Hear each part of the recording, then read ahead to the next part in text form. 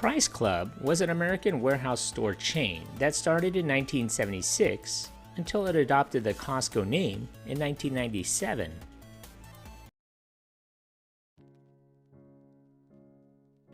Saul Price founded Price Club on July 12, 1976, in San Diego, California, on the former site of a manufacturing building previously owned by Howard Hughes.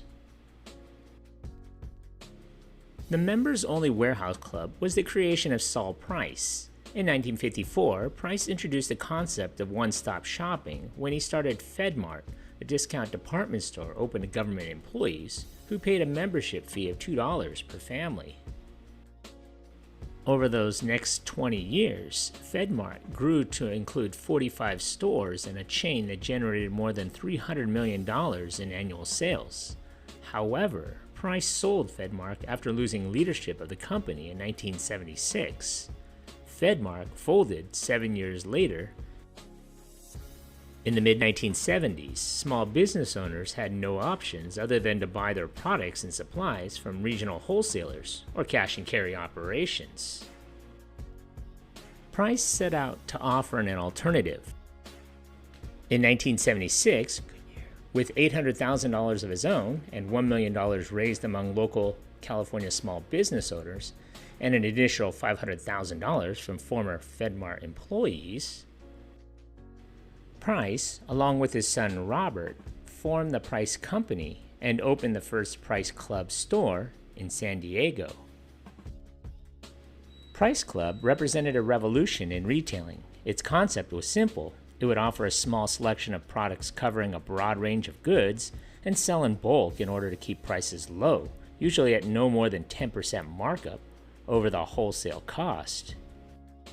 To maintain such discount prices, overhead was kept to a bare minimum. Products were stocked directly on the selling floor in minimally decorated warehouses built on cheap industrial land.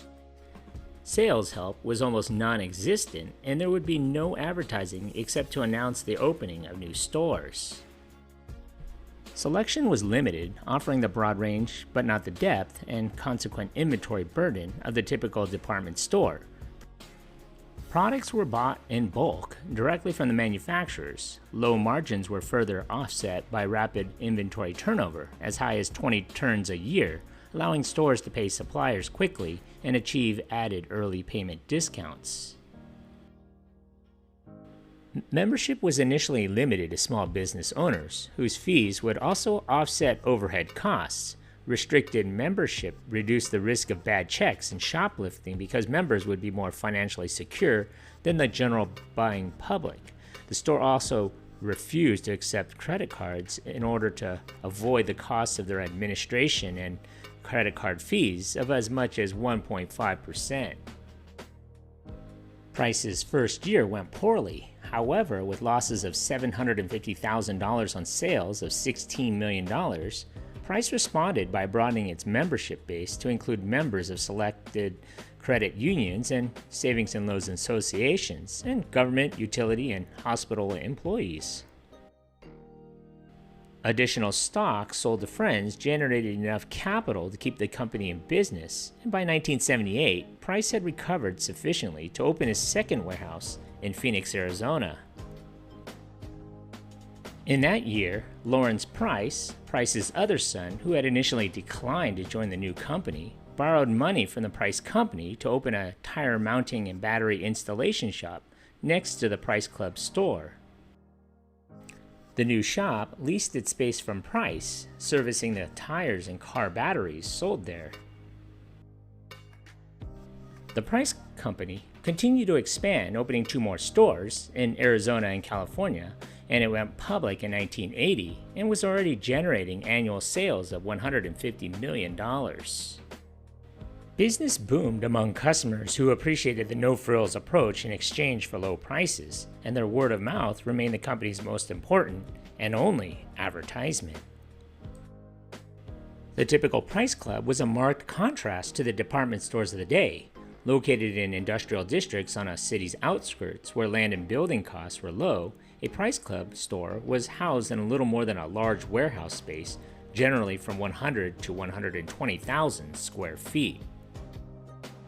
Goods ranging from 5-pound bags of rice and 5-gallon jars of peanut butter to tires, televisions, and snowblowers were loaded by forklift directly onto 18-foot high shelves. Bulk packaging of smaller items appealed both to the small business owner and to families. Personnel and administration costs were also kept to a minimum by restricting store hours to a single shift, 8-hour day. The stores had no expensive trained sales staff, such as those found in department stores. In later years, the introduction of computerized scanning devices further reduced the need for personnel. The rising inflation of the 1970s aided the success of the Price Club concept. Customers proved they were willing to travel in out-of-the-way locations for the best prices. Soon, Price began acquiring additional land and properties. Price stepped up its expansion only slightly. By 1984, it had added 16 new stores, entering New Mexico and building 2 stores in Virginia. Price moved into Maryland and formed a joint venture with Steinberg Corporation to operate Price Clubs in Canada. In 1985, Price posted profits of $45 million on sales of $1.9 billion.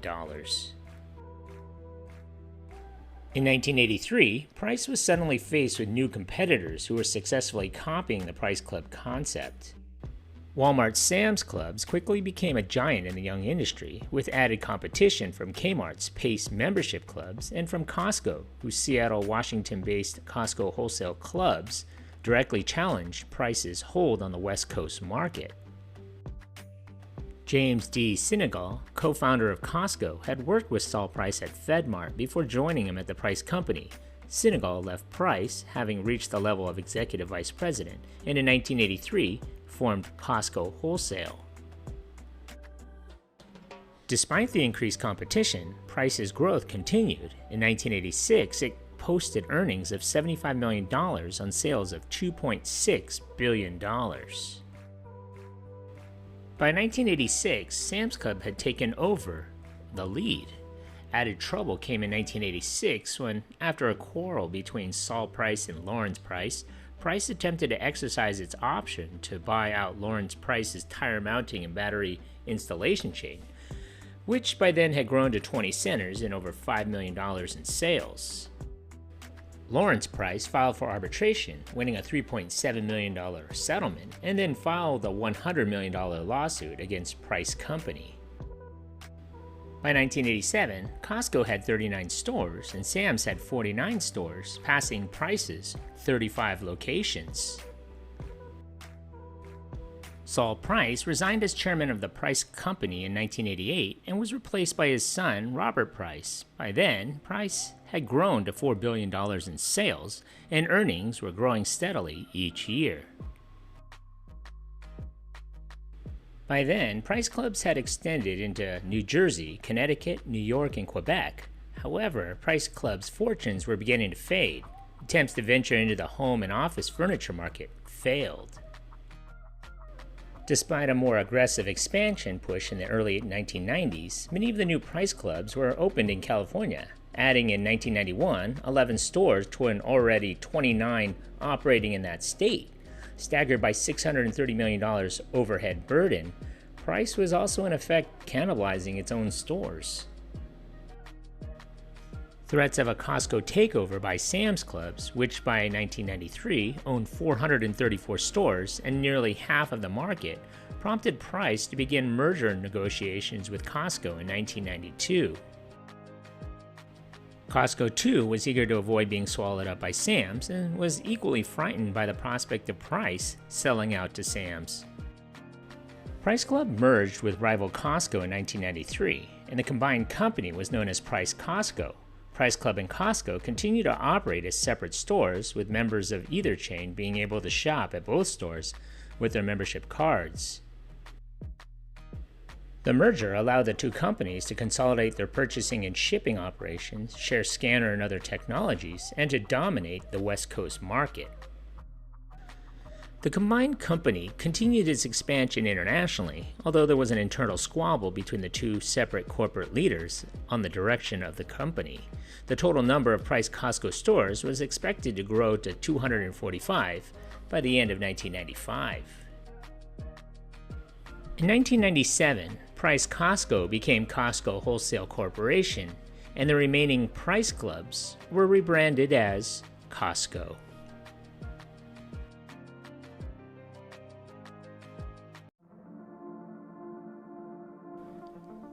Thank you for watching. If you like this content, and if you haven't already, hit that subscribe button. Thanks.